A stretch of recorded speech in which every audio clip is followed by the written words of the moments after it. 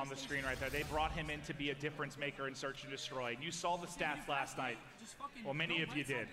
TJ and Dashy were 1 and 2 in overall Search and Destroy KD. I think Dashy's still sitting in the #1 spot to come into this.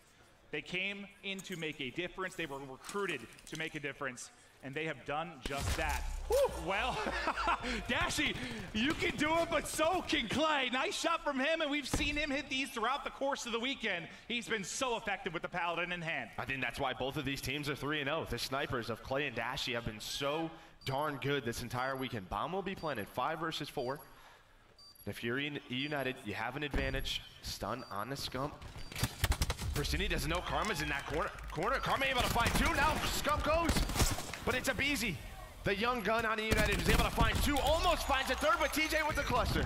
Now going to be a 2 versus 2. 25 seconds for them to work this defuse. Clayster starting to push up. He catches from in the back line. The Sog too much to handle at that range. Now going to be a 1 versus 1. Exactly the situation you pick up TJ for. Not able to do it. It's Clayster. Clayster getting it done in the 1 versus 1 and time in for the defuse. What a big moment for EUnited. You need that round. I'm actually surprised TJ backed up into the lobby that quick. There was about 14 seconds left. I think he just wait outside those doors, force Clay to defuse. You think maybe a little bit of a misstep then? I think a little bit. Okay. Well, let's talk a little bit about the snipers. We've seen them obviously from Dashy and Clay. You know, when you were a professional player, what does it change for you, regardless of maps? Just what does it change for you in Search and Destroy when you're playing against a truly effective sniper? It shuts down shut teams down, right? It forces them to be predictable. We have to avoid the sniper rifle. Where are Clay and Dashy gonna go? And then you throw them off guard. You throw a lot of aggression towards their side. You put the sniper away. You throw those Maddoxes on. That's when you can really throw that team off. But the other thing is, if the sniper's not missing, just keep gassing them up. Let them go. Well, Clay gonna have it out yet again as he rotates towards that B side. He'll be the lone player really, as he's got a 2-stack, kind of a 3-stack mid and office. Hit marker, that's tough, and it's Crimsix with the ICR, who's able to deliver the punishment early on and will give the man advantage to Optic Gaming. And you can see just map control-wise, you've got a wide spread right now from Optic across kind of that 50-yard line. You're looking for any kind of opening right now for EUnited. It's not going to be easy to find. Ooh, and Abizi almost finds it. Persini is there, and he's able to stay alive in the vents. TJ probably gets 8 hit markers there through vents, but the damage reduction able to keep them up to see another day. And just like that, no trade in. It's 4-4 immediately. Back and forth we go. Persini trying to stay alive. Dashy's there through the vent, though. That vent adds such an element to the map. Scump with another one now, a 1v3 for Cap. Crimsix is there for the help. I was wondering, when is EUnited going to rotate out to the middle? They're able to find a trade on the Karma, but in that 3v3, Crim was already there to help his teammate out. What do you think has been the biggest difference for Optic in Search and Destroy with the addition of these new players? Like, what has changed? Well, when you talk to Scump, a big thing is chemistry. They trust one another. I feel like that last Optic team, the trust wasn't there.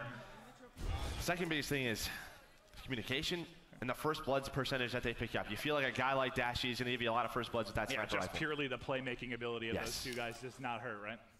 Well, Optic now up around. You hear the snipe shot go off, but it's not going to connect. As Optic starts to layer towards that A site, it'll be JCap set up in the back. I believe he's got Arcades to work with here as well, but that is going to be an easy plant for Scump. And now 45 seconds on the clock for EUnited to work with. It's a very similar situation that we saw. The only difference is EUnited doesn't have a first blood, but now they do. Persini able to find one. There goes the push from Optic. Scump getting pushed up towards that front statue. Can he find any more? Clayster still has that sniper rifle out. This is a tough situation with this weapon. You can just see the angle as he backed up. They come running across. It's just not an easy shot to hit. Now he's basically trying to World Star players at close range. Not easy, especially you got a stock to Saw dancing my pillar, but okay, I take it back. He's able to at least hit one. He's got another close. Not enough time to work with, but just maybe trying to find some kills here as time will run out. I'm loving the confidence from Clay. But that's a couple of rounds in a row now for Optic Gaming as they take a 3-1 lead. And obviously, Clay has found success with the sniper, but that's an example of a situation where it can punish you, right? Like, that's just so hard to make a play unless he hits a crazy shot as they're running across. But what is Optic doing? Instead of backing on up because they know a sniper rifle and allowing Dashy to just watch the bomb defuse, they're pushing up to the statue of EUnited. That's the Karma and Scump get pushed up, and with that stock, just shouldering back and forth, giving Clayster no angles. So it's more like, yeah, you better hit your shot. You better hit your first shot, otherwise we're taking map control towards the site. EUnited desperately need a round to get back in this. Dashy's POV now, Clayster!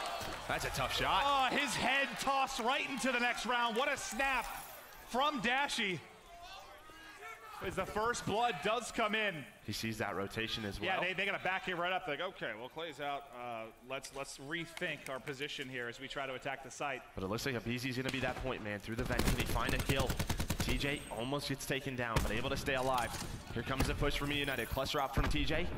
Is it going to find anything? It weakens too, but weakens a couple, finish. but you still have a 4v4. Make it a 3v4 as Karma able to take down the bomb carrier and JCap. And now with 35 seconds left, you gotta go, but you've just been at a man disadvantage this entire time since that opening shot from Dashy. They come soaring out, he gets tagged up. They're trying to get to a similar position that we saw Optic Gaming last time, and at least they've got some control on the site now. Trade back and forth, go down a man with 20 seconds remaining. Scump dancing, Scump taking the gunfight. Karma there with him as well. And once again, EUnited shut down, but I think it just starts with that snipe. It becomes so much harder. It actually was a pretty good effort from EUnited after, being in a 4v5. I think it starts with that snipe, but TJ's ability to stay alive in that corner, while he's doing that, that forces EUnited to take a lot of different wide angles, and that's when those trades start for Optic Gaming. His cluster backed up two players, weakened two players. I think allowed Karma to get into a position where he picked one up with an ICR. So, yeah, everybody getting involved. But now you have Crash to work with for Scump. The grab slam, very close for Karma. They're going to go ahead and use attack 5 right now. A Crash specialist comes into play. Now going to make this even more difficult for the defensive side. And that's the hit marker. You think about the added health you might have, but they're able to pick up the kill regardless. So 2 will drop for Optic. Ooh. Make it 3 suddenly. It's all going to fall to Dashy and TJ to try and make a play. They have a minute on the clock, but they're being hunted right now. Dashy really doesn't care, starting to push on up. But you see the adjustment that was made out of EUnited. Instead of giving up the A site, they put a lot of pressure. They sent Pristini and Abizi towards those front statues. And there we go. All right, so you need to get that. Just bring it back within 2 rounds now. You don't be looking at a 5-1 disadvantage here for EUnited, so you get one on the board. Is it really just been, as the big story has kind of been those first bloods and how people play behind it? Just the way they're trading towards these bomb sites. We haven't seen any aggression towards the B side. But I think Optic on their next offense will switch it up. Just due to the fact that Pristini and Abizi pushed up towards those statues, you imagine they're going to go back to that setup. That opens up a couple of lanes for Optic, maybe a mid push out of them on the next offense. I was about to ask, are we going to see any action maybe towards mid or B? Because it has been a party towards that A site. Defensive-wise, a little bit of a change of plans here from Optic.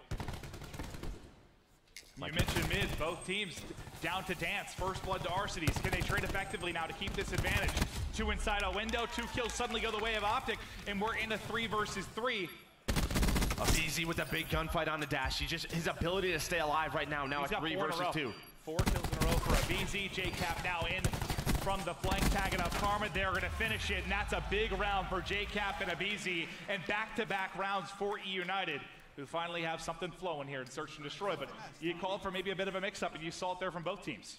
Yeah, I think they were trying to set up Damon or Karma with that grab slam towards this middle lobby. We'll see if they go to it on offense as well. We'll see if we have the same setup out of EUnited, because on their last knee and Abizi, there's a shot of the young gun, the new talent on EUnited, having a great game here as he starts to turn it around. This is going to be his breakout year, and what an event it's been for him just so early in his career. Yep, so they send them both same position. And Optic are playing this a little bit differently, pretty spread out. There we go, able to catch off Pristini as he gets aggressive. Now Beezy just tucked away here, hoping maybe he can catch a kill and get away with his life to try and even the odds, but a slower round than we've seen for the most part throughout the course of this game too. Arcides POV is him and Crim6 just tagging each other with vision, really.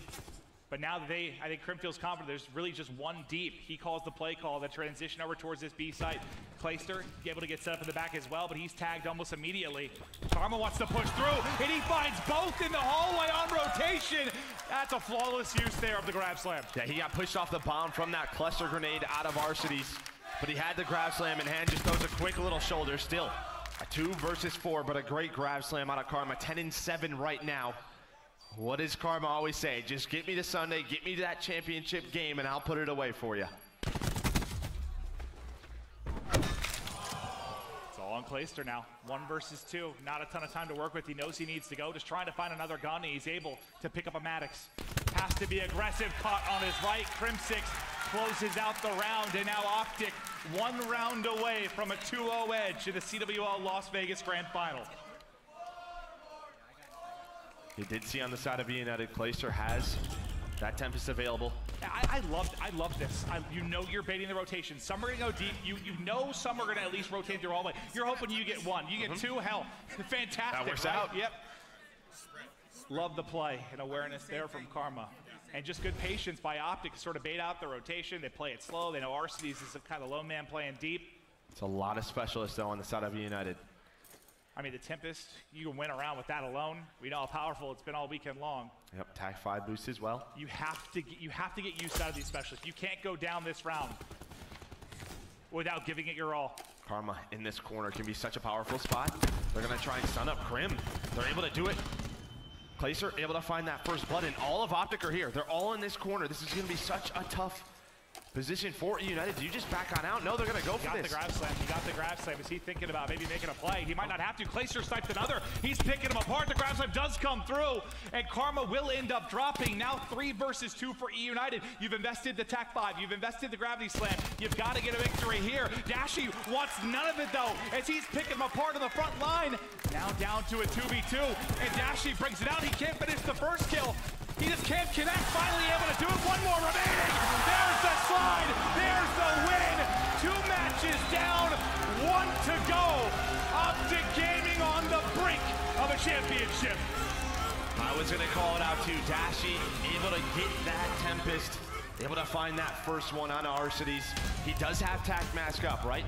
But Abizi trying to do the best he can. Gets tagged, and well, we'll see you later, Arcides. And I was thinking about Clay getting used out of his Tempest to keep the game alive. It ends up being Dashy ending the game with the value he finds from his Tempest. So fantastic stuff, and that's the big thing here for Optic Gaming.